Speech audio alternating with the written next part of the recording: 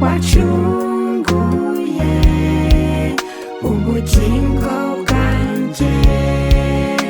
Warakoze kunkunda Mwami Yesu, warancunguye umpa ibyiringiro, wampaye ubuzima umpa ikindi gihe, wacunguye ubugingo bwanjye.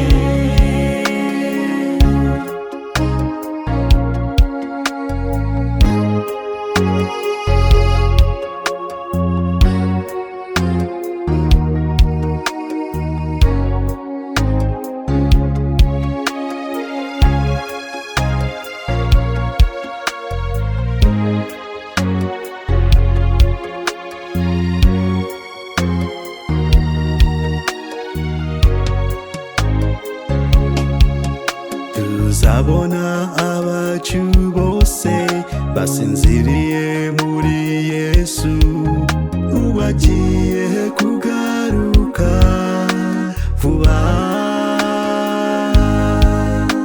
Tujye aho Yesu ari yateguye, tumwitegure. Warakoze kunkunda Mwami Yesu, warancunguye umpa ibyiringiro, wampaye ubuzima umpa ikindi gihe, wacunguye